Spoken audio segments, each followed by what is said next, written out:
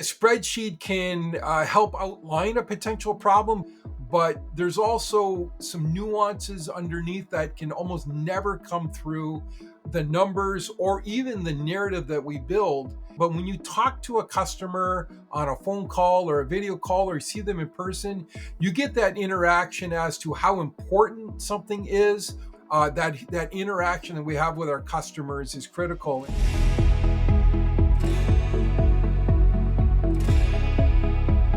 My name is Michael Robinet. I'm the Vice President of Forecast Strategy for S&P Global Mobility.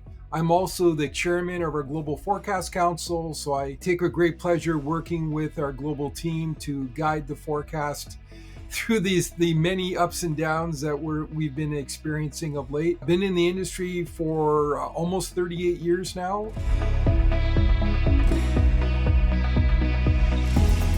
Given my tenure in the industry, I'm usually dealing with what we call the C-suite. So I'm dealing with vice presidents, chief executive officers, chair people of various companies, whether they're publicly held, privately held, private equity, family-run company, whatever the case might be. They're the ones that are really grappling with the major problems and opportunities in our industry. So for instance, of late, we've had a significant amount of stranded capital in our industry. What does that mean? Well, it means that some vehicle manufacturers have said, I need you to build a plant so we can make a lot of this content for a battery electric vehicle I would like to launch. And then when push comes to shove, we're not going to launch that vehicle. We don't feel it's going to sell very well. But then on the tail end, the supplier is sitting there sort of stuck with a facility or capability or capital that they can't deploy, that would have probably been smarter to deploy it somewhere else. We're helping them make major decisions with respect to building new plants, investing in new programs, potentially purchasing new companies, potentially selling parts of their company, depending on what the situation is. We have, multiples of relationships, not only in North America, but in Europe and in Asia, and the people that I've been dealing with for literally decades. It's been a real honor, and the ability to access them and they can access me is that kind of two-way street where we're really helping them to make critical strategic decisions.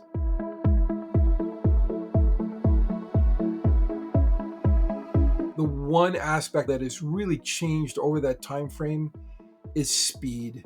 The speed of our industry is incredible now. You would have a pretty good understanding of a future vehicle maybe 3 to 4 years ahead of its launch, or its production launch. Back in the 80s and the 90s, you'd have a pretty good feel for what that would be, just because it took so long to design and test and tool and go through the early production runs and the like. Our industry felt it was moving fast, but it really wasn't.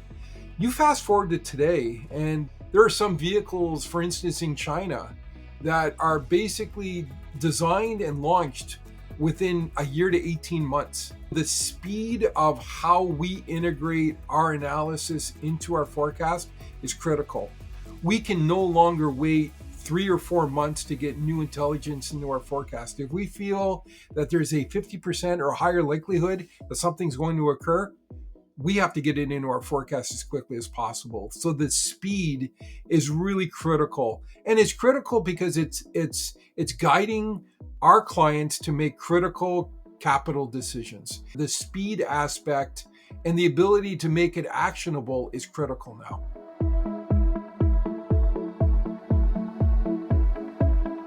I think that the institutional knowledge is critical on a couple of different levels. Let's use a real-time example. So we've known since July of 2024 that there was a very real possibility that there could be a change in U.S. administration, and that change would drive some real impacts to the automotive industry in terms of emissions legislation, trade legislation, the financial wherewithal, and a number of different facets in terms of how our clients, either the OEMs or the suppliers, would work in the industry. So that institutional knowledge of, knowing that's coming, how do we get our forecast ready for that? What do we tell our clients? Because it could have gone either Republican or Democratic, in November of last year.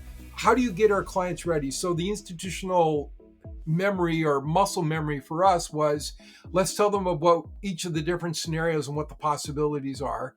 We'll stick with a 50% or higher likelihood, but then once we know which direction that's going to go, we need to quickly alter our forecast to ensure that our clients understand and come very, very close to what we told them what the possibility was going to be. And we did that.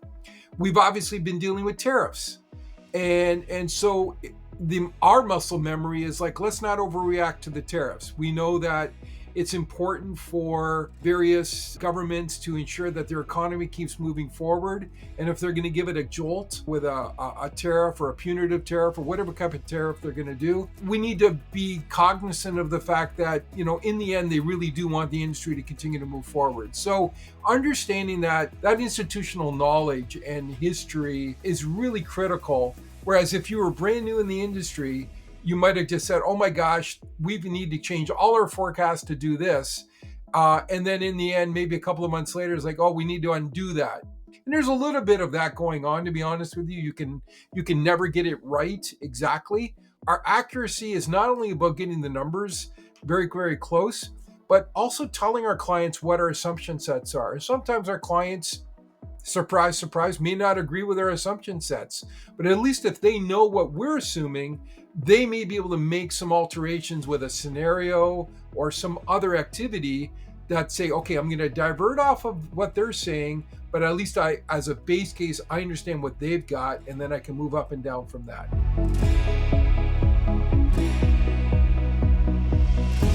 What really gave rise to it was, since 2019, we've had calamity after calamity after calamity hit our industry. Some of these were really unexpected. Some, I wouldn't say could have been predicted, but are a little bit more known. If you go back to 2019, we had a strike, a UAW GM strike in 2019. Then we had COVID, which again, nobody knew COVID was going to hit and what the impact of that was going to be. And then that led into the chip crisis, and that led into inflationary pressures, and that led into, a number of other labor availability factors and the like.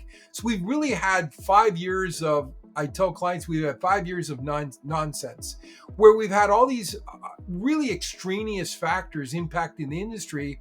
How do you model for them? Well, it is difficult, but what we are doing now, for instance, is we're modeling a high tariff scenario. We know that there's greater clarity and certainty coming to some of the tariffs. We just don't know exactly when they're going to take effect. We are now discovering some new ways that the tariffs are being integrated into pricing and how it's impacting the customer. So that's actually quite interesting how we integrate that. And then also for the future, what if maybe the US administration decides, you know what, we're just going to give everybody a tariff of X. What could that look like? How will that impact will that impact GDP, gross domestic product? Will that impact inflation? All these factors need to be integrated in. So I think more and more clients are using scenarios as their boundary, using our base forecast as a base case, but possibly looking at an upper boundary and a lower boundary and testing those boundaries to make sure that their business case complies to that upper and lower boundary. For instance, what if they're going to locate a brand new plant for a customer? The upper boundary says, yes, it's a great idea. You might even need a second plant to feed the volume. And then the lower scenario says, oh, yeah, your utilization of that plant's going to be quite low in that lower scenario. Executives understanding what those boundaries are help them make better decisions. And in the end, our job is to really help our clients make better decisions, especially when it leads to capital decisions.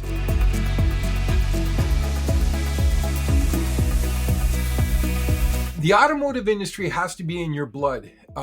We joke about it. A lot of us who are in the industry, we joke about it. It's not like flipping hamburgers or just making toothpaste. It is something where it's very visceral. Everybody, most people have a car. Not everybody, but a lot of people have a car. So therefore, they have an opinion about their car or about the industry or about what kind of car they want to drive or what kind of car they did drive. And so it's very different. The automotive industry is very entwined into the last 3 or 4 generations of people. And therefore, to be able to work in it and to be able to be considered an expert in some aspects of the industry is truly an honor, to be honest with you. And the fact that it's so integrated into our lifestyles. The automobile, in some way, shape, or form, is impacting your day every day, and therefore the ability to help suppliers and vehicle manufacturers make critical decisions with respect to capital and people and technology is really an honor. And frankly, that's the part that gets me up in the morning, and the fact that I get to do something that I love to do and not something that I have to do. And there's a big difference.